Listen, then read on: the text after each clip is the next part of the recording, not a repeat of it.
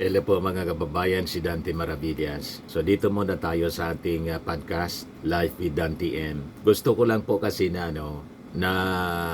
kunin ang inyong reactions dito sa isang bill na final ni Senator Ping Lacson. Ayan po. Senator Lacson seeks to bar minors from social media. So pag na-approve itong batas, mga kababayan, ni Senator Lacson, yung mga kabataan, minors, na magamit po ng social media. So anong tingin po ninyo dito sa bill regulating minors use of social media para daw ma-protect yung ating mga Filipino youth mula sa harmful effects ng social media? Sabi ni Ping Lacson, Lacson cited a study done by the United Nations Children's Fund o UNICEF na nagpapakita kung paano itong excessive use ng social media nakakaapekto sa mental health problems as well as anxiety, depression, and social isolation among the youth. Sa bagay, parang may punto po itong si Senator Ping Lacson. Nakita ninyo ang mga kabataan ngayon. Ang dali nilang ma-depress. Kung ano-ano kasing nakikita, impluensya mga kababayan ng social media. Mahihina ang loob. Hindi tulad ng mga panahon ng ating kabataan. Di ba? Masyadong madrama. Mga kababayan, yung ating mga kabataan ngayon, nakuha sa Netflix, sa kung ano-anong mga exposure nila sa social media. Napakalakas ng influence ng social media sa isipan ng ating mga kabataan, other than yung isturbo pa sa kanilang pag-aaral. Sabi kasi sa study, mga kababayan, mula sa UNICEF, it was revealed that Filipino children and adolescents have grown vulnerable to cyberbullying, body image pressures, and online harassment because of social media exposure. Sabi po ni Ping Lacson sa kanyang final na panukalang batas na may titulong An Act Regulating the Use of Social Media Platforms by Minors, Imposing Age Restrictions, Providing Penalties for Violations thereof, and Other Purposes. Layunin nito na iiwas mga kababayan yung ating mga minors ang ating mga kabataan sa peligro, sa masamang impluensya at exposure sa social media na nagdudulot ng depresyon sa kanila.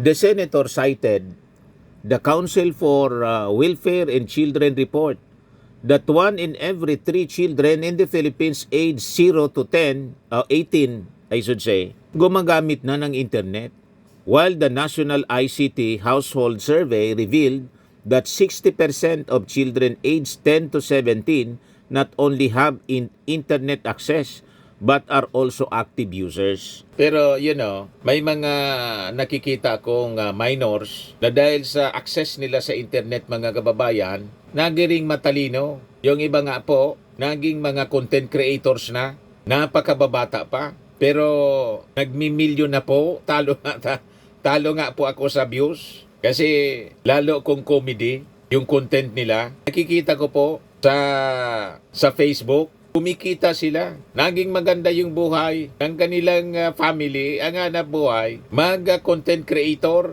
you see? So siguro kailangan pagdibatihan ito ng mabuti kasi baka ma-deprive din sa opportunity to earn thousands if not millions. Yung iba nagmi-million na, may nakapagpatayo mga kababayan ng bahay, isang content creator na Batanggenya, may mga Bisaya, mga minor sila, mga kababayan. Pero dahil sa kanilang likas na galing sa pagkukontent, kumita sila ng malaki.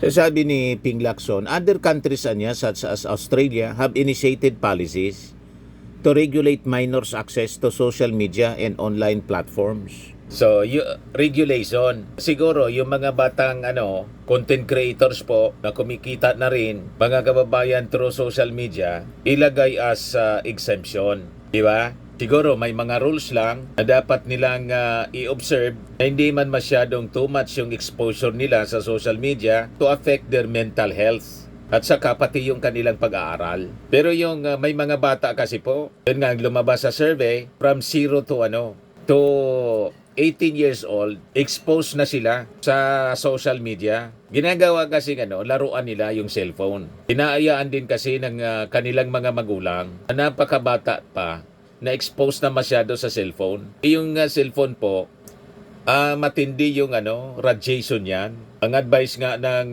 mga eksperto po, kapag matutulog na, huwag katabi yung cellphone. Tapos i-off na rin mga kababayan yung internet para naman ma-minimize yung exposure po sa radiation ng mga tao. Kaya sabi ni Ting Lacson, taking inspiration anya from this model and in adherence to our state's declared policy of promoting and protecting the mental and emotional well-being of its children, this bill anya is being proposed to protect Filipino children below 18 years old from online risk and harmful content by prohibiting minors from accessing or using social media platforms.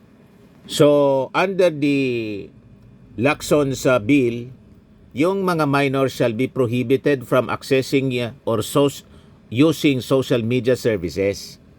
At the same time, social media platforms shall take reasonable steps and age verification measures to prevent age-restricted users from registering, accessing, or continuing to use the social media service. So yung mga social media platforms, obligado sila to adopt reliable means to ensure the age and identity of its users, such as but not limited to ID verification, facial recognition, and other identity authentication systems. So mismong yung media platform, halimbawa yung Facebook at saka YouTube or TikTok. Kasi yung mga kabataan po mahilig sa TikTok. So hindi sila basta na makakapag-register kasi may authentication. Hindi sila pwedeng basta mag-register ng kanilang personal account. Then, conduct regular audits of user account data para ma-detect and remove age-restricted users from the platform at saka mag-adapt ng prompt response mechanisms for reports or findings of age-restricted users on the platform. Moreover, personal information collected by social media platforms or third-party service providers to implement age verification measures shall be subject to the provisions of the Data Privacy Act of 2012 and applicable laws.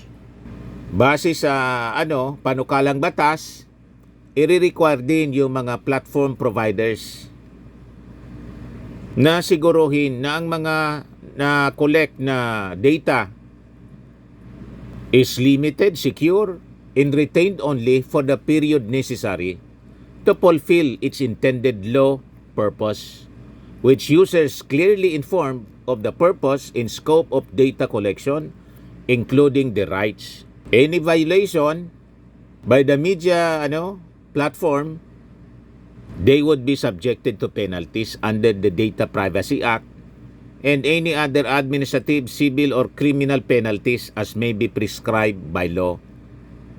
So ang mandato ng batas nandun sa Department of Information and Communications Technology or DITC to serve as the primary implementing agency ng batas. So anong tingin ninyo mga kababayan? May mga reactions na agad dito sa balita mga kababayan after na ito ay maipublish sa mga broadsheets ngayong araw na to. Marami yung binabasa natin yung mga reactions ng mga netizens. Nagustuhan yung batas, proposed law, panukalang batas Yan sabi ni Cindy La Cruz, I agree 100% with limiting social media use for children. But isn't that what parents are for? Sabi ni Mick F. Bu, this is a good call. Some reels are not really good for kids. The post on media includes videos that are not good for minors. The language, the photos, but the media or social media allows it. Yun nga po mga kababayan, maraming masamang impluensya na mula sa social media. Sabi ng isa pa si Patricio Gastala, it's parents' responsibility, hindi patents.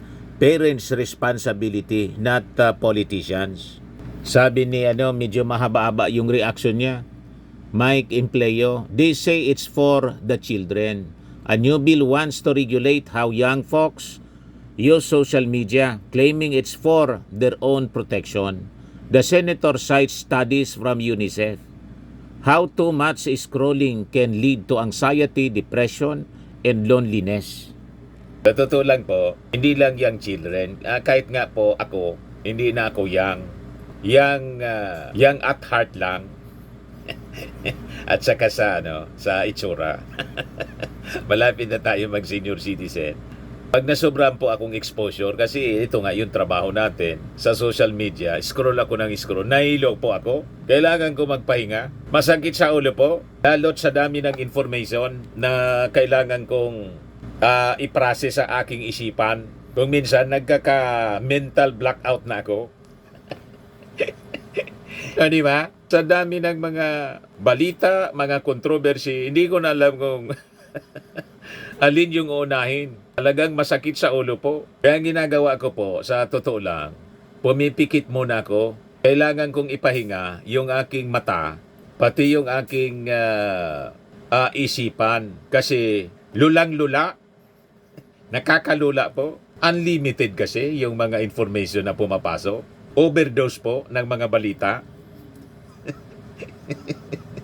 Hindi tulad nung wala pa, hindi pa uso yung Facebook, YouTube o kung ano-ano pa nandyan sa social media. Yung sources natin po, radyo, television, tapos newspapers po.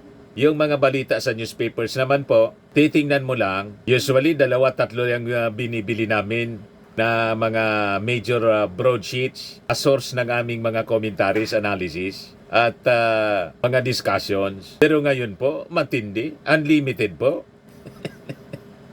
Diba? Talagang mahihilo ka. Hindi lang yung mga bata, lalo na yung mga bata na mga kabataan, mga kababayan. At saka yung mga information, hirap nang i-identify ko na alin yung dapat paniwalaan at hindi. Pati mga videos, mga AIs na kasi po. Ang dami ng mga fake videos po. Di ba? So sabi niya, now I don't doubt those studies. The digital world can be a dark place for growing minds. But here's the truth, plain and simple. When politicians step into technology, they barely understand. Things tend to get worse before they get better. Tingin ko naman, si Ping Lacson, nag-file siya ng panukalang batas na to. May mga consultant siya. Other than yung may mga research siya na ginawa. And kinonsultang mga experts para i-craft yung ganitong uri ng batas as a result ng studies ng UNICEF. As a legislator, responsibilidad niya na to act at mapag-debatihan sa Senado na kung halimbawa, siyempre may mga hearings niyan, makita na talagang it is necessary to pass a law regulating the use of social media sa ating mga kabataan, di ipapasayan po. And in fact, ang dapat pa nga na ma-regulate po yung AI. Kasi hindi na natin hirap na tayo ma-distinguish yung totoo sa hindi. Di ba? Yung mga videos ngayon, maraming nadideceive mga kababayan na mga AI videos na ginagawa ngayon. Pati nga si Sarah pagkatapos si Bato, ginamit na yung AI video. So sabi niya, they love to speak of safety but often forget freedom. They talk about mental health but fail to fund the schools, the counselors, or the community programs that could make a real difference. It's easy to blame the screen. It's harder to fix what behind it, the poverty, the pressure, the silence at home. Let's not turn regulation into another excuse for control. Let's not let them censor the future while ignoring the present. Because if you really want to help the kids, you start with listening, not legislating. May punto din, kaya nga po, sa pagpasa ng batas, may hearing. And pag halimbawa, ay public hearing dito, mag-schedule si Ping Lacson, bukas sa publiko, pumunta po kayo para yung mga ideas po ninyo in posisyon, maisama sa pagkacraft ng batas. Sabi ni Erwin Santa Cruz, I agree sir, protect the minors from mental disorder. Sabi ni Dico Quizon, as well as exposure to adult contents, I believe malaki din contribution ng SOCMED to rising HIV cases among minors and youth. Sabi ni Rodsky Lorin, I agree for limiting social media for children and teens, especially games. They don't understand yet the bad effects. Please do. Thank you. Sabi ni MG Seled, yes, finally, let's support the bill and protect the mental health of our children. Sabi ni Maya, finally with someone with a proper thinking capacity. Sabi ni Ote Di Castro, very relevant issue. Congratulations, Senator Lacson. Sabi ni Dennis Atsay Candido, and how can he do that? We know it's easy to lie and fake your identity. If he can really regulate Meta, then salute to him. But I'm 100% certain it's not going to happen. Sabi ni Brian Howard Suaso, good job Senator Ping Lacson. Welcome back, praying you will be head of Blue Ribbon Committee. So marami pong pabor na i-regulate para sa ating mga kabataan ng paggamit ng social media. So what's your take? Mga kababayan, post your comments dito po sa ating bagong YouTube channel, Life with Dan TM. Kung hindi pa po kayo nakasubscribe dito sa ating channel, click subscribe po ninyo. And i-share ninyo sa inyong mga kaibigan yung ating video para sila rin ay ma-inform sa mga importanteng topics na atin pong pinag-usapan dito. So lagi po nating tatandaan, you become what you believe. Ako po si Dante Maravillas. Bye-bye. God bless.